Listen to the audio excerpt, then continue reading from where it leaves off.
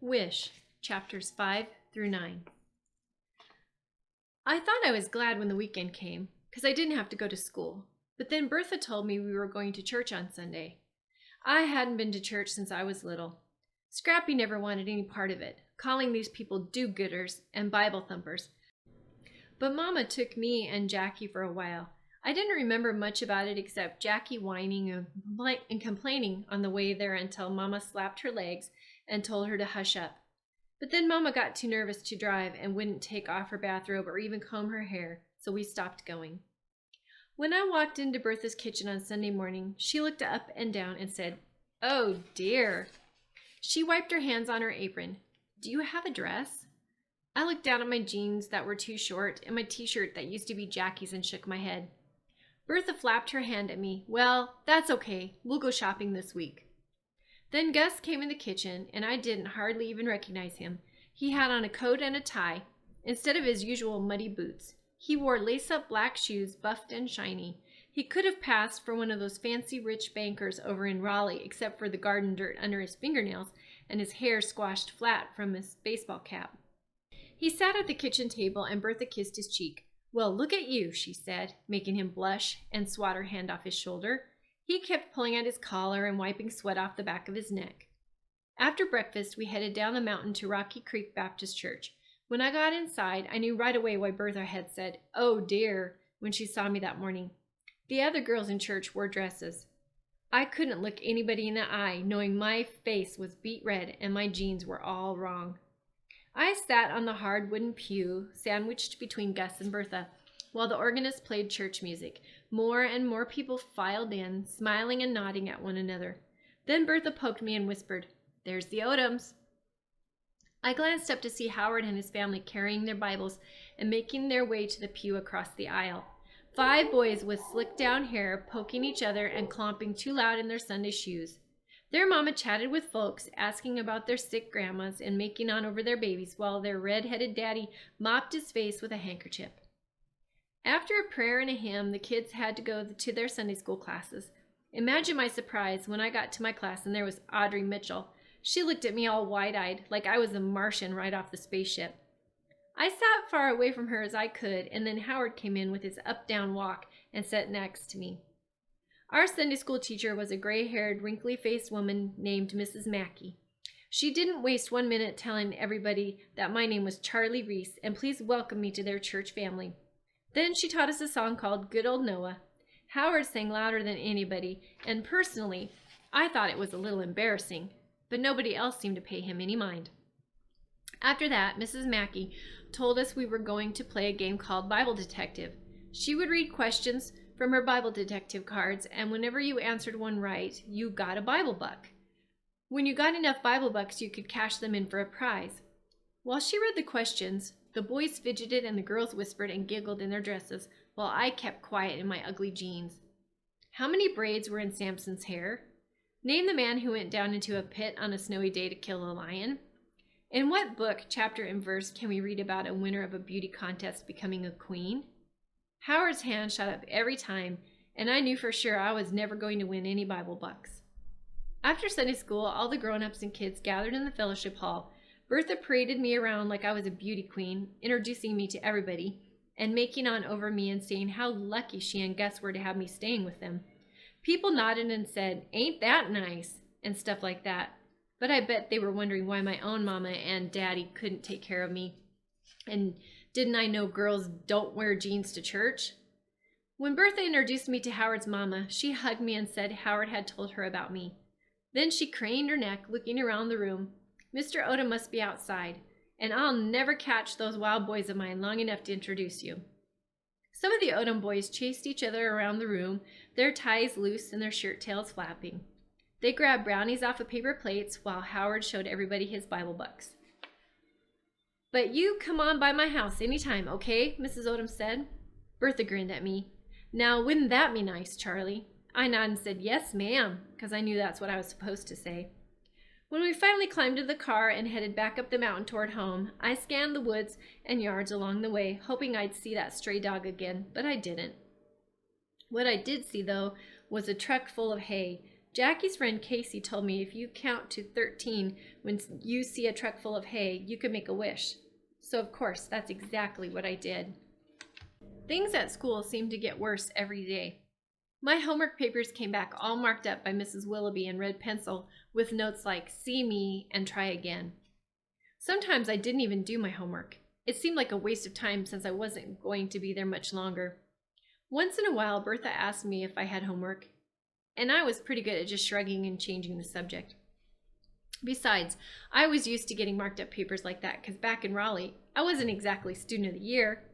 Jackie was the only one who ever fussed at me for not going to school or not doing my homework, but I reminded her that she was not my mother, so she should leave me alone. When my teacher called the house to tell Mama how bad I'd done on a math test or why I hadn't turned in my book report, Mama would holler and carry on for about 5 minutes, and then she'd throw up her skinny arms and heave a big sigh before she said, "What's the use?" Then she'd shuffle out of the room in her bedroom slippers, muttering about how she didn't deserve that aggravation. At least in Raleigh I had friends at school, but here, when I sat at a table in the cafeteria, girls made faces like they smelled something bad or slid their trays away from me. Most days I pretended like I had a stomachache and spent the afternoon in the nurse's office, drawing more stars and hearts on my arm with a marker. At recess, Howard followed me around, reminding me he was my backpack buddy and asking questions a mile a minute. "Did you ever visit your daddy in jail? Why ain't your sister here too? You want some of my Bible bucks?" Sometimes I answered him and sometimes I didn't. The thing about Howard was everything just rolled right off him. It seemed like nothing bothered him one little bit. It was clear that nobody at school wanted much to do with him, but he didn't seem to mind. His brother Dwight was always surrounded by cussing, punching ball, tossing, fist-bumping boys, but Howard never joined them. A couple of times when I rode into town with Gus and Bertha, I'd see his older brothers, Burl and Lenny, tossing a football or shooting hoops with their friends, but Howard would be sitting on the steps scribbling in a notebook or over by the garage fiddling with his bicycle. Bertha had commented about him one day when we drove by. "That poor boy is too much of a loner," she said. "Nothing wrong with that," Gus said. Bertha shook her head. "Not for a child. Children need friends." Bertha sighed. "I don't get it. He's just as sweet as can be." "I bet it's 'cause of his up and down walk," I said. "Well, that's mean," she said. She turned around to face me. "You're going to make so many new friends here in Colby, Charlie. I just know it." I stared out the window, pretended like I wasn't even listening to her go on about all kinds of things I could do, like Girl Scouts and 4-H. She told me about her friend, Janelle, who lived in Fairview and had a daughter my age. We could visit them some Saturday if I wanted to, or maybe we could go to the mall down in Asheville. On and on she went, talking about it as if life in Colby was going to be like living in Disney World. "You're going to talk to the girls plumb head off, Bertie," Gus said. Bertha laughed and slapped him playfully on the arm. "Where do you think that dog is?" I asked Gus. "Could be anywhere," he said. "That mutt gets around." I've been looking everywhere for that stray dog.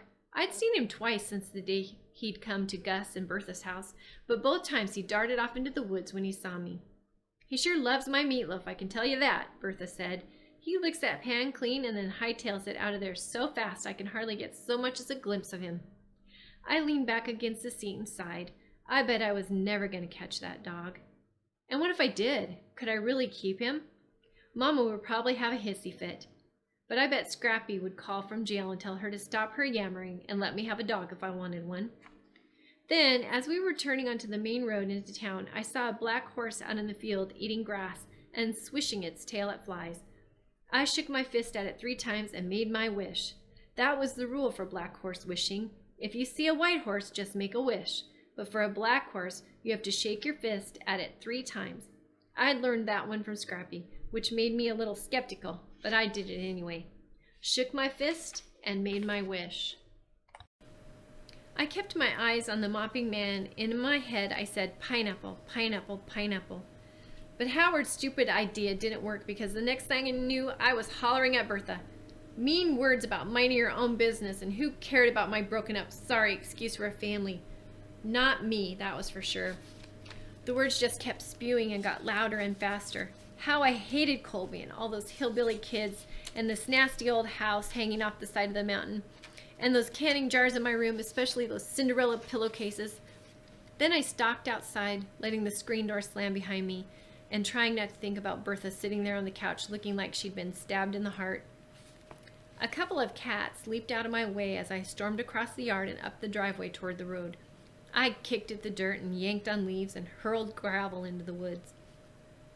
When I got to the road, I didn't even care that the asphalt was burning hot under my bare feet. The mad was swirling inside me, making my ears ring and my stomach churn. But then, the next thing I knew, I was sitting in the dirt on the side of the road, crying so hard I couldn't hardly breathe. What was wrong with me? Why had I said those mean things to Bertha? Why was I acting so hateful at school? And then, while I was sitting there wallowing in my pity, somebody said, "What's the matter, Charlie?" I looked up to see Howard standing by his bicycle in front of me. I put my head on my knees and mumbled, "Nothing." "Must be something," he said. "Go away." "Nah." He laid his bicycle in the weeds by the road and sat next to me. "You have to tell me what's the matter." This boy beat all. He sure had a lot of gumption for a little old redhead up down boy. "I don't have to tell you anything," I said. "Then you have to tell somebody." He pushed at his glasses. "Why?" "My mama says you should never keep your troubles to yourself. She says if you share them with somebody, they get smaller." "Go away," I said. "Did you kick somebody again?" I shook my head. "Poke him with a pencil?" "No," I hollered. "Mama made this needlepoint sign that says, if all of your troubles were hung on a line, you'd choose yours and I'd choose mine." I lifted my head and stared at him. "What's that supposed to mean?" I asked him. "It means everybody's got troubles, and some of them are worse than yours." He yanked at a blade of grass and tossed it into the road. "Or something like that," he added. "Ha, that was a good one. I couldn't think of anybody with worse troubles than me." Then I looked at Howard with his eyebrows knitted together and a look of pure worry on his face, and before I knew it, I was spilling those troubles out to him. I told him how I wished Scrappy wasn't in jail, how he and I used to play poker and watch Wheel of Fortune and eat macaroni and cheese for breakfast. I told him how scared I was when I saw my mama crying under a pillow in her dark bedroom, not even caring one little bit whether I had clean clothes or even went to school. I told him how Mama and Scrappy would holler at each other all the livelong day while me and Jackie sat on her bed, with the radio turned up so loud we didn't have to hear them. I told them all about those times I watched from the bedroom window when Scrappy drove off with his tires screeching and gravel flying while Mama yelled, "Good riddance to bad rubbish," from the front porch. I told him how much I missed Jackie, who knew all the words to nearly every song on the radio and would French braid my hair and share her nail polish with me. And then I told him those mean things I'd said to Bertha. When I was done, the silence settled over us, still and soft like a veil. The sun had gotten lower in the sky, sitting on top of the mountains in the distance, and the air had grown cooler. For a minute, I thought maybe Howard was embarrassed by all the stuff I told him and didn't know what to say. I was starting to wish I had never shared my troubles with him like that. But then he looked right at me and said, "Want my advice?" Sure, I guess," I said. "You can't do nothing about Scrappy and them back in Raleigh," he said. "The only thing you can fix is what you've done to Bertha." I guess he was right. I couldn't fix my mess of a family, but I could try to make things right with Bertha. I stood up and brushed the dirt off the back of my shorts, and then I couldn't hardly believe my eyes. Right there at the edge of the woods was that brown and black floppy-eared dog. I put my finger to my lips and went, "Shh." The dog was watching me with his head cocked to the side. "Don't move," I whispered to Howard. I took one slow step toward the dog, and guess what? He wagged his tail. 2 tiny little wags. That dog liked me. "Hey, fella," I said, taking another step. Then, when you know it, a car came roaring up the road and whizzed past us, and that dog darted off into the woods. I stamped my foot. Dang it! I'd almost forgotten Howard was there when he said, "I've seen that dog before." "He's mine," I said. "Really?" "Well, he's gonna be." "I bet he's full of ticks," he said, "and he might have the mange. Stray dogs have the mange." "So what?" I said. "His name is Wishbone." The minute I said that, it felt right. Wishbone. That was the perfect name for my dog. "I'm going to catch him," I said. "Then I'll bathe him and get the ticks off him and teach him tricks and let him sleep in the bed with me." "I'll help you catch him," Howard said, picking up his bike out of the weeds. "You will?" "Sure." Suddenly Howard seemed different. He didn't seem so much like a nosy up-down boy nagging me half to death about being my backpack buddy. He seemed more like somebody being nice to me, somebody I had shared my troubles with. I watched him get on his bike and pedal off toward his house. Then I called, "Bye, Wishbone," into the woods before I hurried up the road to make things right with Bertha. Chapter 7. By the time I got home, it was getting dark. Gus's old rattletrap of a car was in the driveway, and the smell of spaghetti sauce drifted through the screen door. My feet felt like cinder blocks as I made my way across the yard toward the house. More than anything, I wanted to just go on back to my room and pretend like this day had never happened. But I didn't. I put one cinder block foot in front of the other until I was back on the porch where Gus and Bertha sat gazing out at the mountain view. "Hey," I said, and my voice sounded like a sniveling baby. I kept my eyes on the leaf-covered floorboards of the porch. "Hey there," Gus said. I couldn't look at Bertha, but her silence smacked me hard. I sat down and studied the fading hearts and stars I'd drawn on my arm. From somewhere way down in the woods, a bullfrog croaked, sending his deep-throated call echoing out into the cool evening air. I counted to 3 in my head, and then I said it. "I'm sorry, Bertha." Then I did what I told myself I most definitely would not do. I cried. And I swear I could not stop no matter how much I wanted to. The worst part was that I couldn't get myself to tell Bertha those things I'd practiced in my head, like how I didn't mean to holler at her, how I don't hate this house perched on the mountainside with Pegasus up there shining over the porch, how those canning jars don't bother me one little bit, and most of all, how I love Cinderella, because who doesn't? But all I did was cry, and then Bertha was kneeling in front of me with her warm hand on my ink-stained arm. "You are a blessing in this house, Charlie," she said. A blessing? She should have called me mean and hateful and dumb and sorry, but she called me a blessing. Then Gus stood up and said the perfect Gus thing. "Let's have some of that blackberry cobbler before supper." So that's what we did. The 3 of us sat out on the porch as the stars were beginning to twinkle up in the Carolina sky and ate blackberry cobbler before supper. And while Bertha told us about how her friend Racine backed her car into the flagpole at the post office that afternoon, and then just drove on off like nothing had ever happened, an acorn dropped from the branches of the oak tree hanging over the porch and fell right at my feet. I nearly spilled my cobbler when I jumped up and grabbed it. I had almost let that day slip by without making my wish, and now here came an acorn like it was dropped right down from heaven. I hesitated, but then I went on and did what I had to do. I turned in a circle 3 times, clutching that acorn tight and making my wish. Then I went back down to my room and set the acorn on the windowsill. I would leave it there for 3 days to make sure my wish would get even stronger. That's my Girl Scout leader in Raleigh told me about acorn wishes, and that could not be a lie because Girl Scout leaders do not lie. After supper, we had more blackberry cobbler. Gus went out to the garden to make sure the sprinkler was turned off, and Bertha said, "Stay right here, Charlie. I want to show you something." She went to her room and came back with a tattered shoebox. She took off the lid and said, "Look." I peered inside. Photographs. Bertha rummaged through them and took one out. She smiled at it and handed it to me. "Your mama and me," she said, pointing at the handwriting on the back. "Bertha and Carla," in big printed letters. I took the faded photograph from her. 2 young girls sat on the hood of the car with their arms around each other. "Which one's Mama?" I asked. Bertha pointed to the smaller girl. I squinted down at her. She was missing her 2 front teeth and had a band-aid on her elbow. I could not take my eyes off that girl. I imagined her getting down from that car and skipping in circles. I imagined her singing with her big sister Bertha in the back seat of their daddy's car. I imagined her telling knock-knock jokes and roller skating and eating ice cream on her porch at night. When had this gap-toothed little girl turned into that sad woman in her dark bedroom in Raleigh? "Did y'all love each other?" I asked Bertha. "We sure did." Then she showed me some more photographs. Mama opening a birthday present, a Christmas tree, the 2 of them playing with a puppy in the snow, Bertha pulling Mama in a wagon on a dirt road. "Why don't y'all see each other anymore?" I said. Bertha let out a big sigh and shook her head. "We grew up," she said. "When you grow up, sometimes life gets complicated." That wasn't a very good answer, but I could tell it was the only one I was going to get, so I just said, "Oh." When Gus came back in from the garden, we went out to the porch. They held hands while Bertha told us about some old man selling moldy strawberries from the back of his truck out on Highway 14. Then she said, "You can call Jackie tomorrow if you want to, Charlie." "No thanks," I said. It was so quiet I could hear Bertha breathing.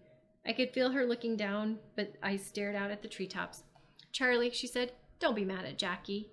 "I'm not mad at Jackie," I said, but that was a lie.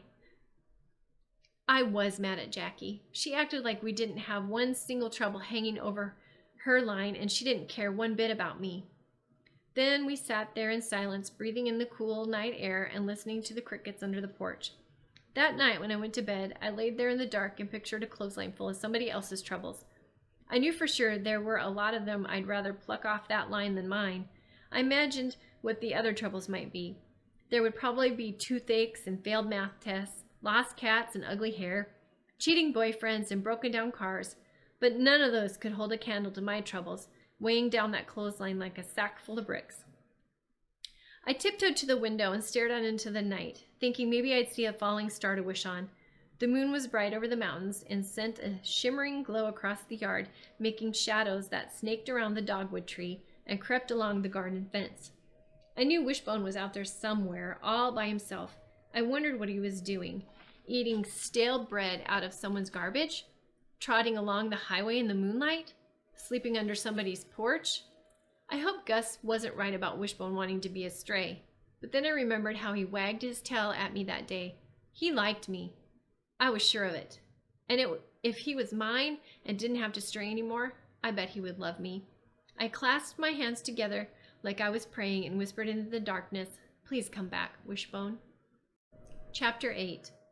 On Saturday, Howard was going to help me look for Wishbone, but first I had to go shopping with Bertha. "I haven't been to Asheville in ages," she said, getting behind the wheel of Gus's old car. It started with a rumble, sending puffs of black smoke drifting out of the tailpipe and floating over the yard. As we wound our way down the mountain and onto the highway, Bertha chattered nonstop. She told me about the time she and Gus went camping and a baby bear got into the cooler and stole their hot dogs. "Can you believe that?" she said. "A bear eating hot dogs?" She talked about how much she hated snakes and how a tiny brown garter snake got into the house once.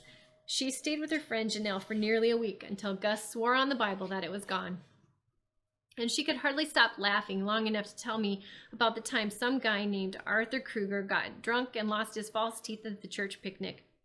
"I didn't even want to think about where these teeth would end up," she said, wiping her eyes. "I didn't eat any more potato salad after that, that's for sure."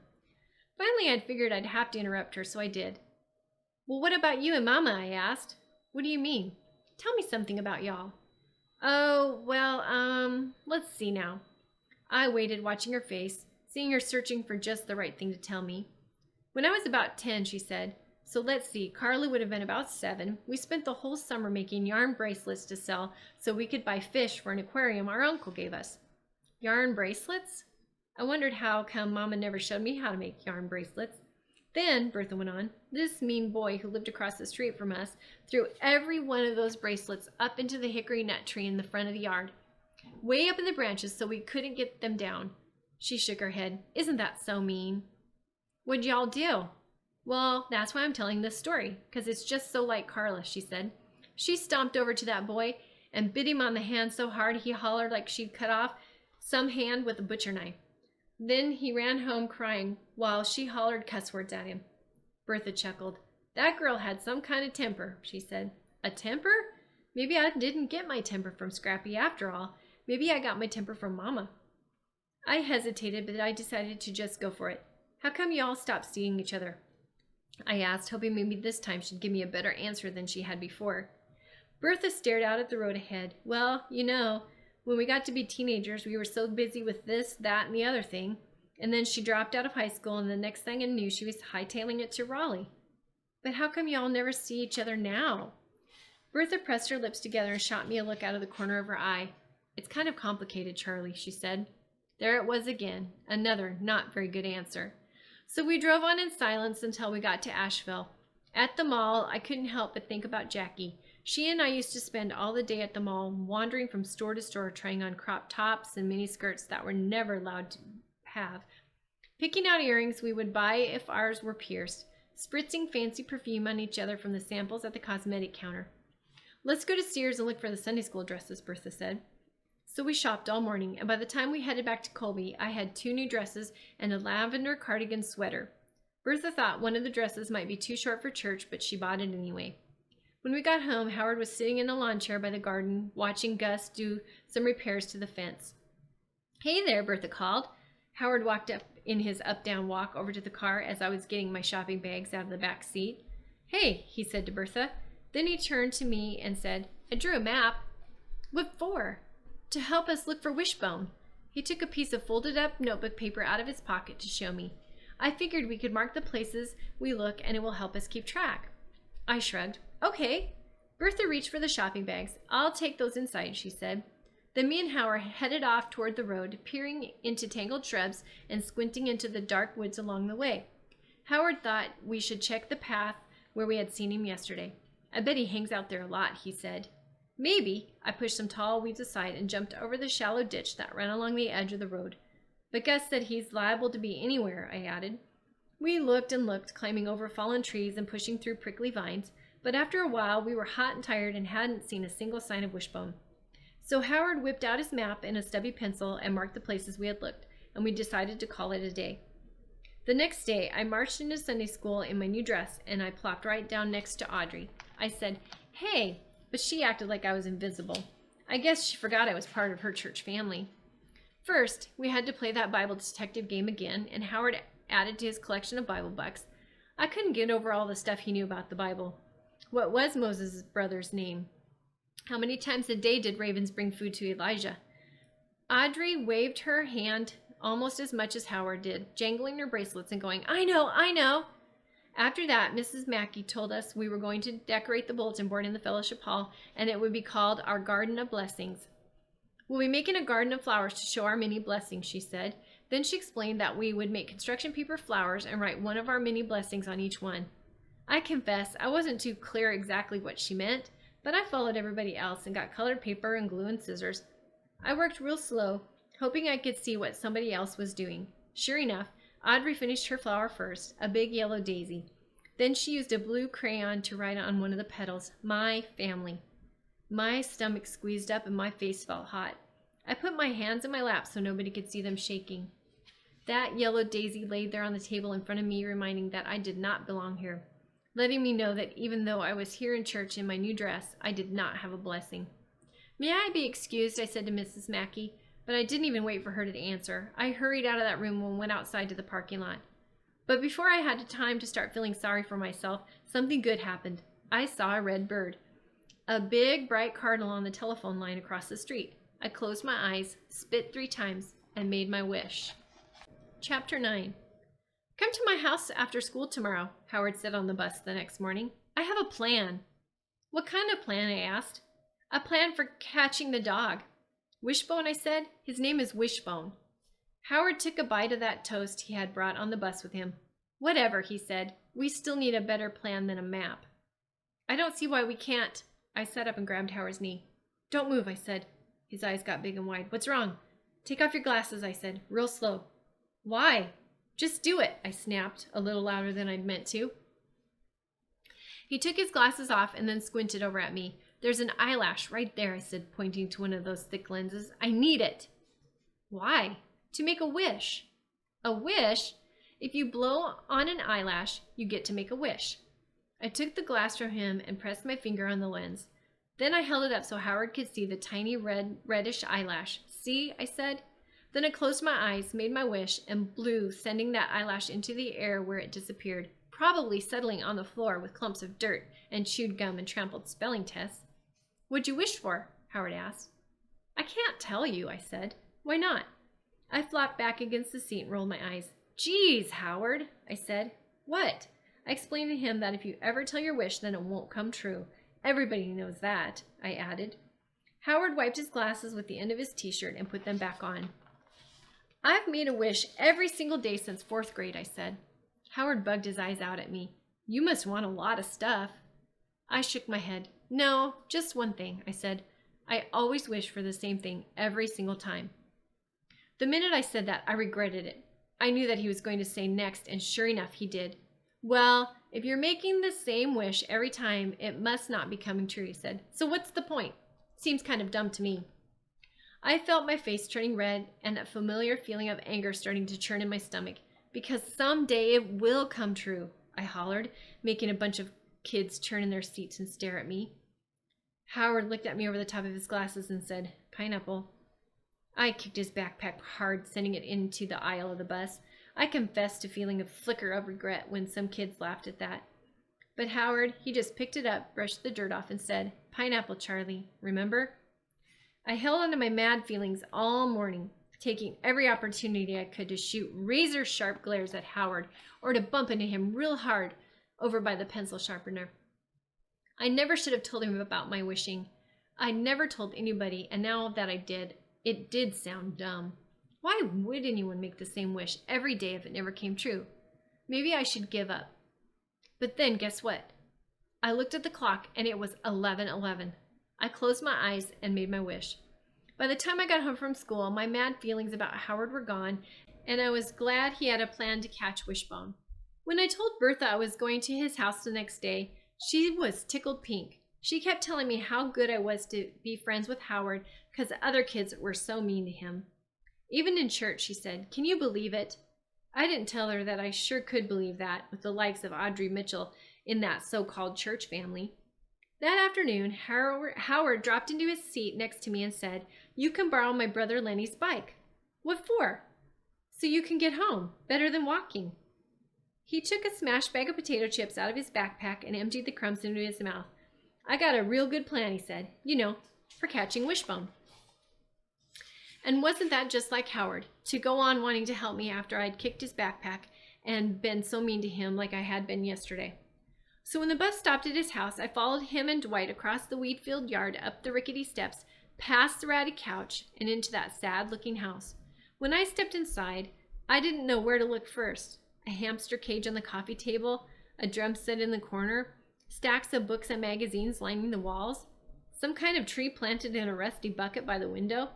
The floor was littered with blankets and pillows and shoes and board games and plastic bowls with popcorn kernels and pretzel crumbs in the bottom. The walls were covered with crayon artwork on construction paper and school papers with gold star stickers and "nice job" written at the top. But I could see that Mrs. Odom's rutabaga trick with Howard's brother, Cotton, wasn't working too good because there were lots of drawings with colored markers along the bottom of the walls. Howard stepped over the pillows and stuff and motioned for me to follow him into the kitchen. "Mama," he said, "Charlie's here." Mrs. Odom turned from the sink and smiled that nicest smile. "Well, hey!" She wiped her hands on her apron and put her arm around my shoulder and gave me a little squeeze. "Howard told me you're his backpack buddy at school," she said, "and about Wishbone the dog." Then I started going on about how Gus and Bertha were so happy to have me here in Colby with them, and weren't the Blue Ridge Mountains heaven on earth. After that, she put a cake with pink and purple flowers in a cardboard box from the grocery store on the kitchen table and told us to have some. The next thing I knew, that little kitchen was filled with boys pushing and poking and grabbing at that cake. They didn't even use plates or forks or anything. Just cut a slice and ate it right there, dropping crumbs on the floor, and Mrs. Odom didn't seem to mind one bit.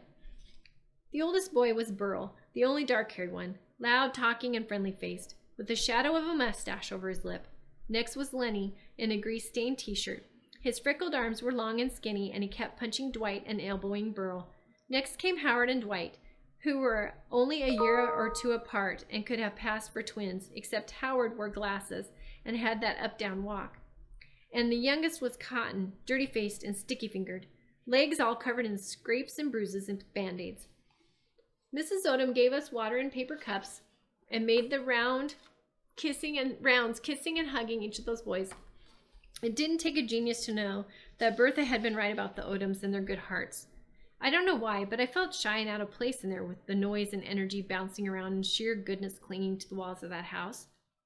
Howard and I sat on the couch on the porch, and he told me about his plan to catch Wishbone. He had it all written down in a notebook and even had pictures drawn with colored pencils. "You think it'll work?" I asked. "Sure."